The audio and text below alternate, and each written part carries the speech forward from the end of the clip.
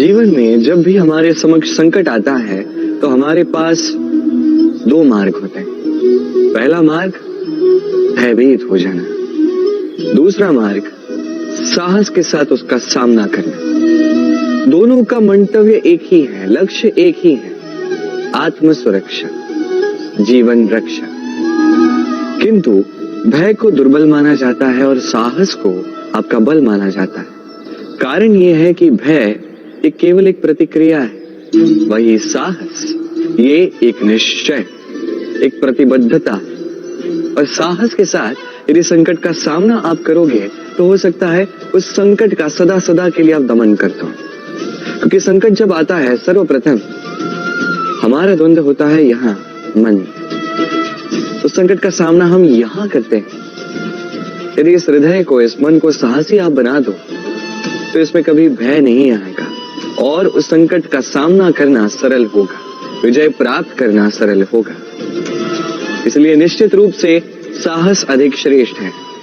जीवन में जब भी कोई संकट आए तो साहस के साथ उसका सामना कीजिए और मेरे साथ प्रेम से कहिए राधे राधे। एक गैया और एक बछड़े में कैसा संबंध होता है। एक गैया अपने बछड़े को पुकार लगाती है और बछड़ा सहस्त्र गैयाओं में से अपनी माता का स्वर पहचान लेता है और अपनी माता से आके लिपट जाता है। अब कुछ ऐसा ही संबंध है आपके कर्म का और आपके कर्म फल का। आप जो कर्म करेंगे, आपके कर्म फल को पुकार लगाएंगे और आपका कर्म फल कहीं ना कहीं से आपको ढूंढते ढूंढते आके आपसे लिपट जाएगा। तो उचित तो यही होगा कि आप सत्कर्म करें, क्योंकि एक बार भले ही ईश्वर आपको आपकी भूल के लिए क्षमा करते, आपके कर्म नहीं करेंगे। तो यदि आप दुष्कर्म करने वाले हैं तो आप समझ जाइए।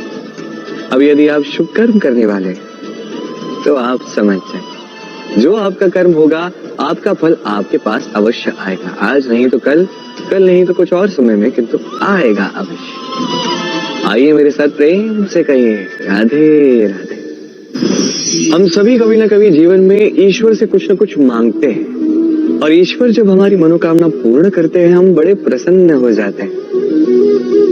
परंतु जब ईश्वर हमारी मनोकामना पूर्ण नहीं करते तब हम सोचते हैं, संदेह करते हैं, क्या सच में ईश्वर है?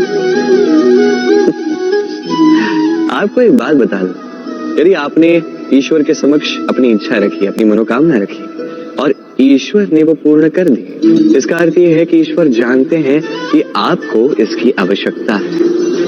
किंतु यदि आपने कामना की और वो पूर्ण नहीं हुई तो बस इतना स्मरण रखिए, ईश्वर वो सब देख सकते हैं जो आप नहीं देख सकते। दूसरा कारण ये है कि ईश्वर ये बात भली भांति जानते हैं कि जो